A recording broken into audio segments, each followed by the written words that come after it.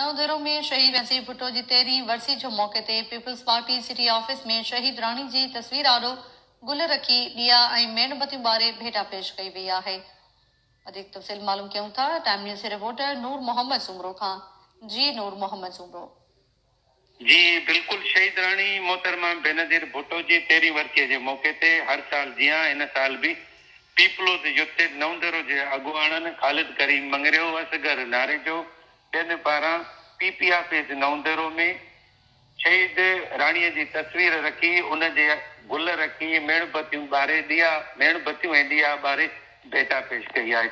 उन मौके ते पीपी अगुवाणनि सैयद अरशद शाह राशिदी, मोहम्मद अनवर बुरड़ो, सलीम मंगी, बशीर भुट्टो, अमजद सुमरो, सरफराज मीरानी ऐं ॿियनि ॻाल्हाईंदे चयो त शहीद राणीअ जो कारकुननि सां वॾी भेण ऐं माउ वारो रवैयो रहंदो हो, जंहिंखे यादि करे अॼु बि अखियुनि में लुड़क अची वञनि था।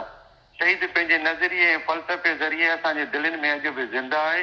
पीपी चेयरमैन बिलावल भुट्टो ज़रदारी शहीद क़ाइदिन जो अलम खणी अॻिते वधी रहियो आहे। जी मेहरबानी जी नूर मोहम्मद सुमरो तफ़सील ॾियण लाइ।